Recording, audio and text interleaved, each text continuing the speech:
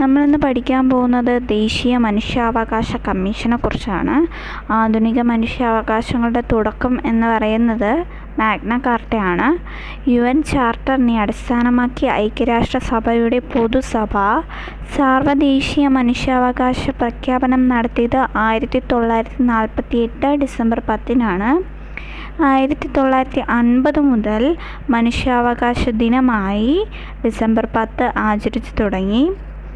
ഓരോ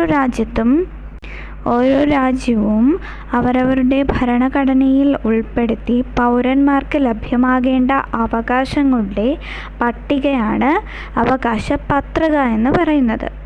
ഇന്ത്യയുടെ അവകാശ പത്രികയെന്നറിയപ്പെടുന്നതാണ് മൗലിക അവകാശങ്ങൾ. അന്താരാഷ്ട്ര മനുഷ്യാവകാശ വർഷം 1968 ഇന്ത്യയിൽ മനുഷ്യാവകാശ ലംഘനങ്ങൾ തടയുന്നതിനും നിയമപരിരക്ഷ ഉറപ്പുവരുത്തുന്നതിനും വേണ്ടി പാർലമെൻറ്റ് പാസാക്കിയ നിയമമാണ് മനുഷ്യാവകാശ സംരക്ഷണ നിയമം 1993. ഈ നിയമം പാസാക്കുവാൻ കാരണമായ സമ്മേളനം 1991 പാരീസ് സമ്മേളനം. മനുഷ്യാവകാശ നിയമം നിലവിൽ വന്നത് 1993 സെപ്റ്റംബർ 28. മനുഷ്യാവകാശ സംരക്ഷണ ഓർഡിനൻസ് നിലവിൽ വന്നത് 1993 സെപ്റ്റംബർ 28. ആ സമയത്തെ പ്രസിഡന്റ് ശങ്കർ ദയാൽ ശർമ്മയായിരുന്നു. ആ സമയത്തെ prime minister PV Narasimha Rao ആയിരുന്നു. മനുഷ്യാവകാശ നിയമത്തെ ഭേദഗതി ചെയ്തത് 2 തവണയാണ്. ഒന്ന് 2006-ലും 2 2019-ലും. ഇനി 2019-ലെ ഭേദഗതിയെക്കുറിച്ചാണ്. ഭേദഗതി ബില്ല് ലോക്സഭയിൽ അവതരിപ്പിച്ചത് അമിത് ഷായാണ് ജൂലൈ 8-ന്. ലോക്സഭ അംഗീകരിച്ചത് ജൂലൈ 19-നാണ്. 2019 ജൂലൈ 19-നാണ്. രാജ്യസഭ അംഗീകരിച്ചത് ജൂലൈ 22-നാണ്. പ്രസിഡന്റ് ഒപ്പുവെച്ചത് ജൂലൈ 27-നാണ്. അന്നത്തെ പ്രസിഡന്റ് രാംനാഥ് കോവിന്ദ് ആയിരുന്നു. ഭേദഗതി നിയമം നിലവിൽ വന്നത് 2019 ഓഗസ്റ്റ് 2-നായിരുന്നു. നിയമത്തിൽ അധ്യായങ്ങൾ 8, വകുപ്പുകൾ 45 ആണുള്ളത്.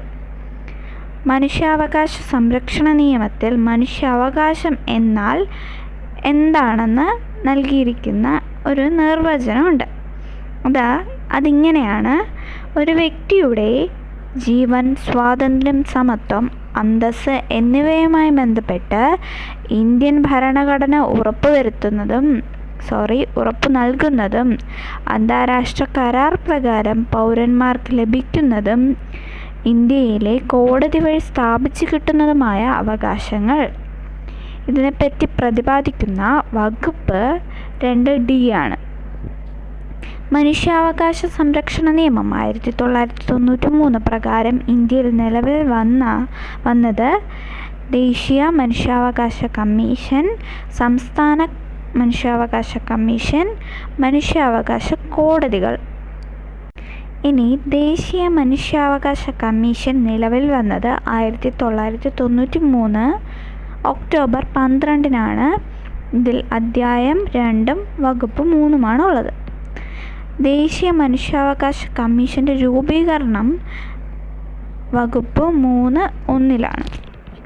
ദേശീയ മനുഷ്യാവകാശ കമ്മീഷൻ്റെ ആസ്ഥാനം ന്യൂഡൽഹിയിലാണ്. മാനവ് അധികാർ ഭവൻ അല്ലെങ്കിൽ സർദാർ പട്ടേൽ ഭവൻ എന്നാണ് അറിയപ്പെടുന്നത്. ഇത് ഒരു സ്റ്റാറ്റ്യൂട്ടറി ബോഡിയാണ്. മനുഷ്യാവകാശങ്ങളുടെ കാവൽക്കാരൻ അല്ലെങ്കിൽ സംരക്ഷകൻ എന്നൊക്കെയാണ് ദേശീയ മനുഷ്യാവകാശ കമ്മീഷൻ അറിയപ്പെടുന്നത്.